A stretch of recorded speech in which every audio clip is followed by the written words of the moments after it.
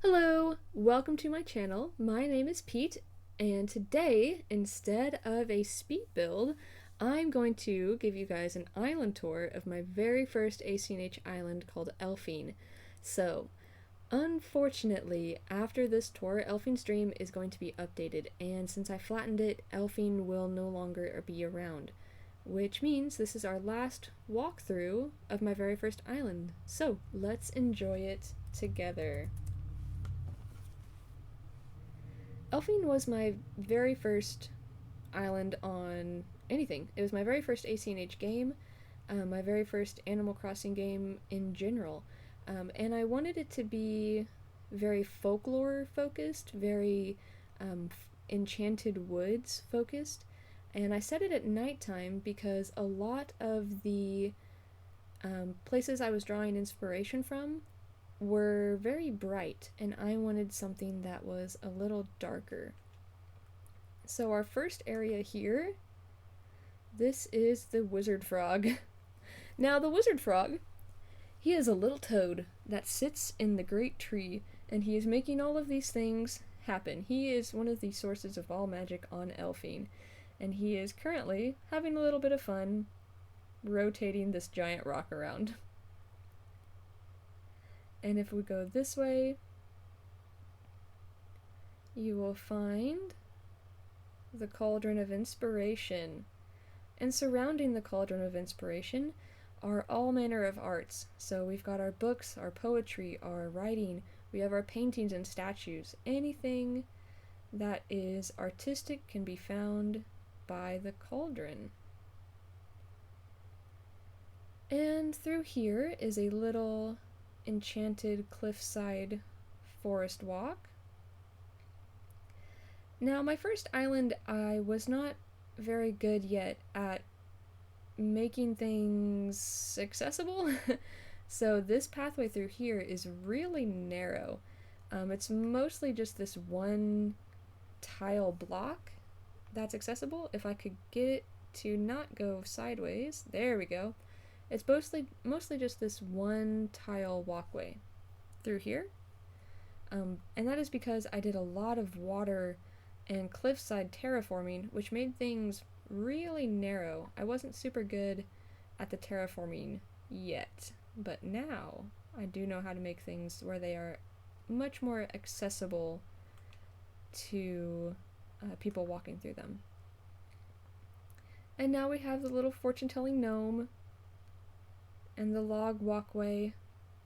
I love a walkway that is like a land bridge, but not necessarily a standard land bridge. The swinging bridges I think are really cool, and like the logs I think are really cool. They're just very dynamic, I think. Let's see if I can't. Nope. There's quite a lake there, but you can't really see it. So we will move on.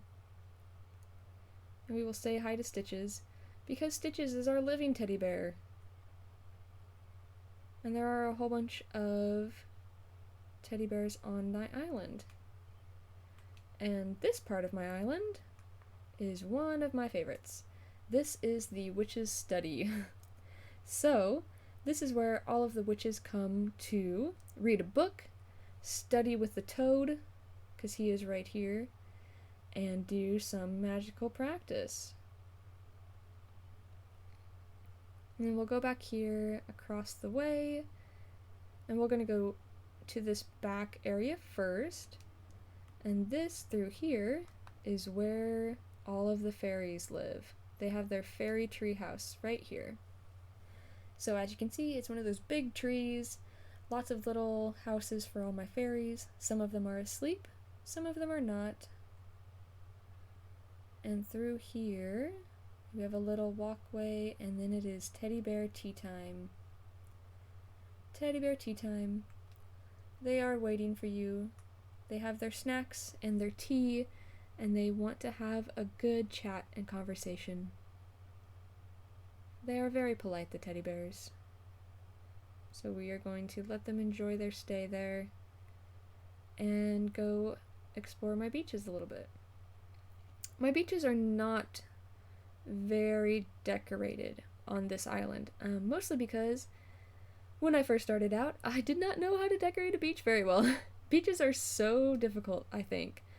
So we are going to move through them and take a nice look at my lighthouse, just for a moment.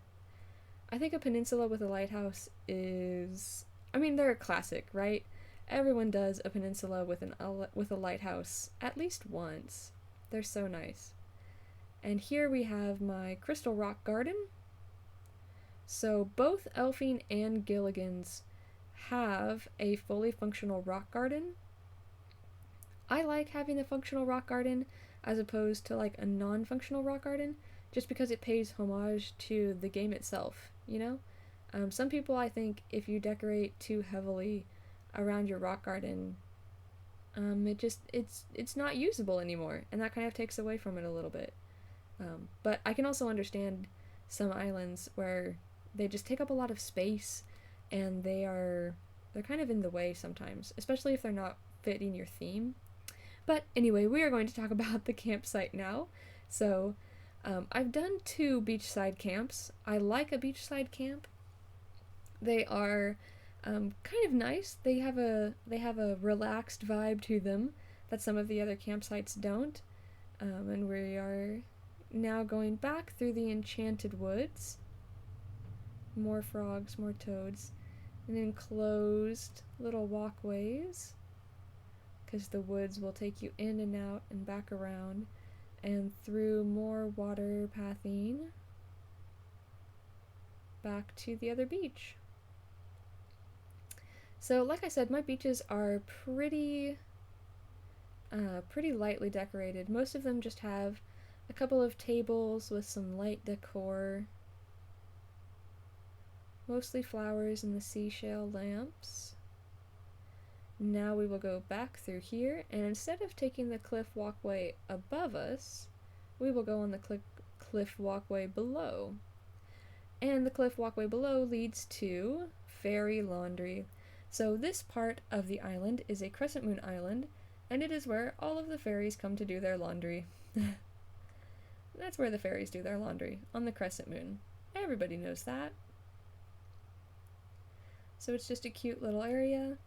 And then through here, on the full moon island, this is where the fairies do their daily makeup, and they get ready. And they've left us a warning about what happens if we stay in fairyland for too long, looking at ourselves and getting too obsessed with what's happening. So we will leave the fairies be, and we will head back towards resident services, through the woods, around the wizard toad, and we will come back up here, and this is where the village starts. So my village on Elfine is arranged in a circle. The villagers have built their little houses in one big protective circle so that any unwanted fairies cannot get in. Tiny little beach, and all of the houses are arranged protectively. And this is my lavender farm. It is the smallest lavender farm that I've ever done. It's super, super small, but it is pretty contained and cute.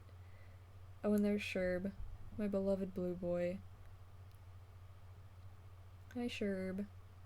I'm gonna sneak past you. Okay. This is where all of the villagers can do DIYs in a bottle. So they can have a nice, relaxing day, sitting away in the swing, writing down their DIYs, and sending them through in their bottles. And we'll go back up, around through the beach, back to the farmer's market here in the center. So on Elfine, the village is centered around this farm. And since Elfine is pre 2.0, this farm was a kind of difficult build. So I've got tiny little coconuts the coconut seedlings, a mum cushion farm. They've got their pumpkins, the enchanted berries over there with the acorn lamps. They're growing their mushrooms, they're growing their lilies of the valley. Everything through there is what they had available. And through here is where they sell what they grow. Where they have got their pies, their milk, their breads, and delicious pastries. Everything that you would want to live with. Live for, I guess, maybe? I love to live for pastries myself, so. But continuing on, this is the walkway, another little water walkway. And I really love water walkways. I think they are fantastic. So we're going to go up this way first. As you can see, my museum is down there. But we're going to go up this way first to the Moon Grove. And the Moon Grove is one of my favorite areas on the island. It's just so serene to me. The mushrooms are framing it on their sides, the star fragments are glowing, the moon is gently turning. It was one of my favorite areas to build, and it's one of my favorite areas to come back and visit. I just really like it. So we are going to go back towards the museum. And again, we have another little teddy bear picnic. Another reminder of what happens should you stay too long in Fairyland.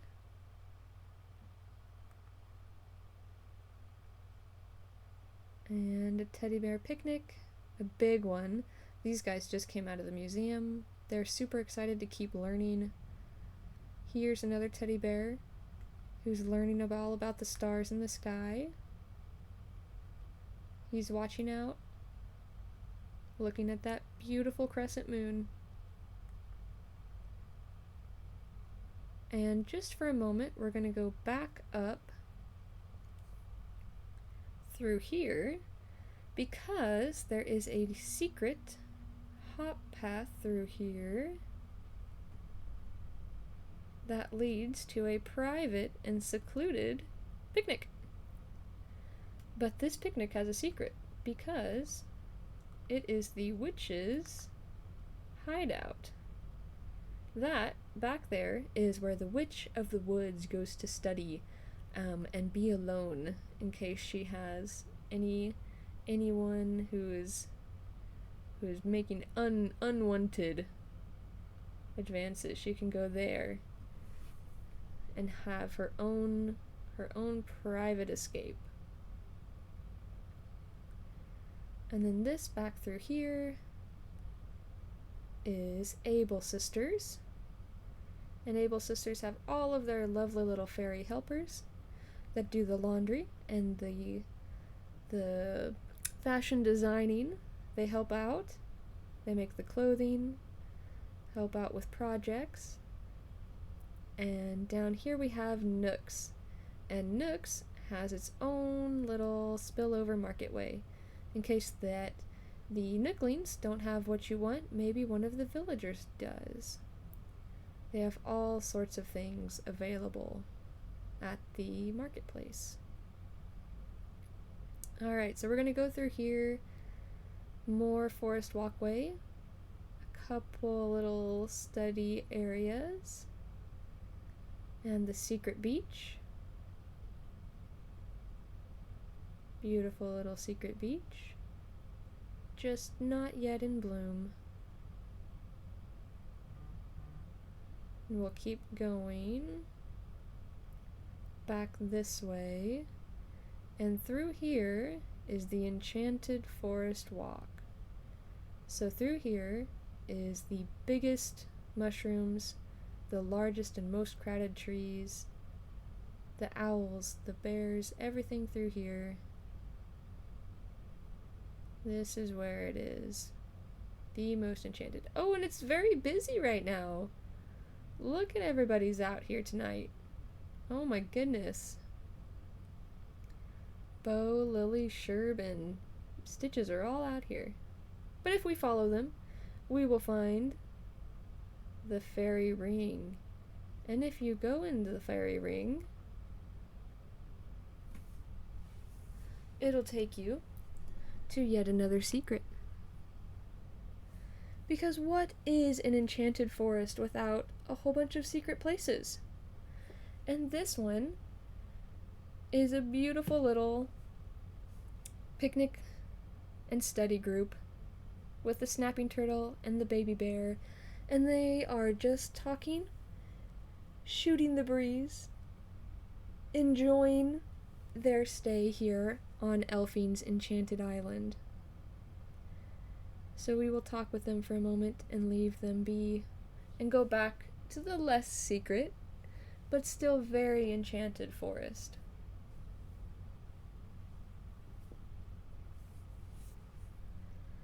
Here we are. We'll make our way back through the enchanted walkway towards the witch's house. Now, the witch's house is in the enchanted forest, but it's rather hidden. Because who is going to easily access the witch's house if you don't know how to go there? The woods are going to protect it. So we're going to make our way back through here. And there is a secret path. Once more through the enchanted woods. And there I am to say welcome. Welcome and hello.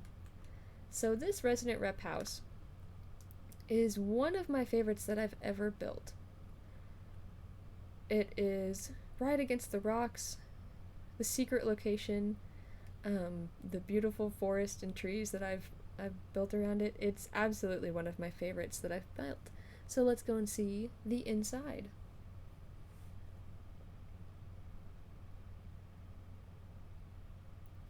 So the witch lives in the woods. She lives in the woods both in and outside her house. So her living room, her air quote living room, is an extension of the forest. She is the woods. We'll go into the left first.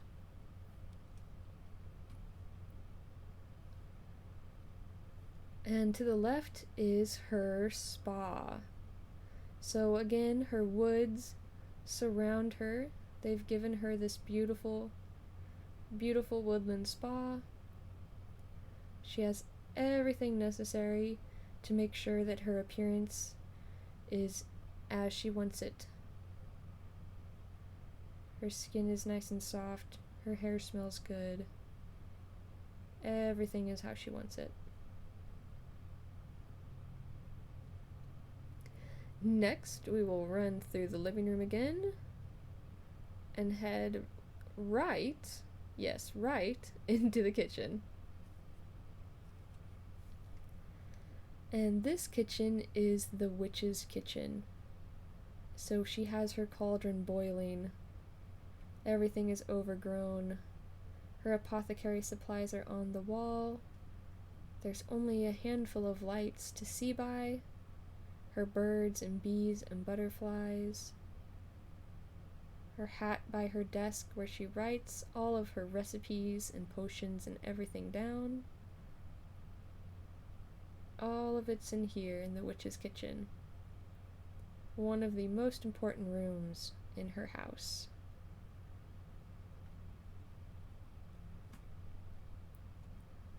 Next, we will go upstairs. If I can get around the leaf, we'll head upstairs. So the upstairs is the bedroom, and this bedroom, if you cannot already tell, is inspired by Howl's Moving Castle. So there's not a lot of space to walk, but there is a lot of things to admire.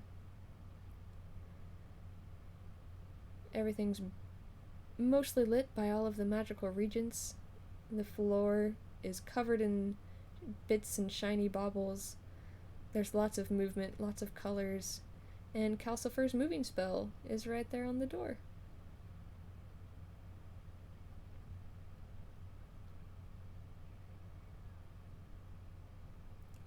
And finally, we will go downstairs. So, downstairs is a kind of shrine. So, this is a shrine to the sea, it's a shrine to the fairies, it's a reminder of what happens in an island life, in an enchanted forest, if you don't mind the fairies and the sea. And if you do, how beautiful they both are, and what they can do.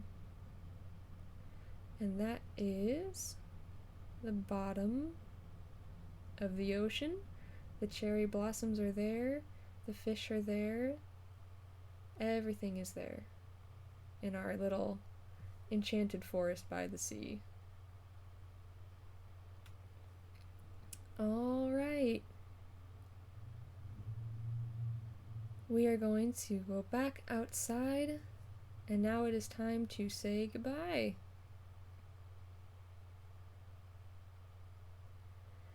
So, like I said, Elfine was my first Animal Crossing game that I've ever played. Elfine was my first island. It was my first exposure to Animal Crossing. It was my first everything, and I love it a lot. But it is the nature of enchanted islands, of enchanted forests and fairies, to disappear once their time is over, and they are gone. So as soon as this dream gets updated, it will be Ginger Snap instead of Elfine. So it is time to say goodbye, both to you, my lovely viewers, and to this island. Alright, I hope to see you in the next video. Bye bye!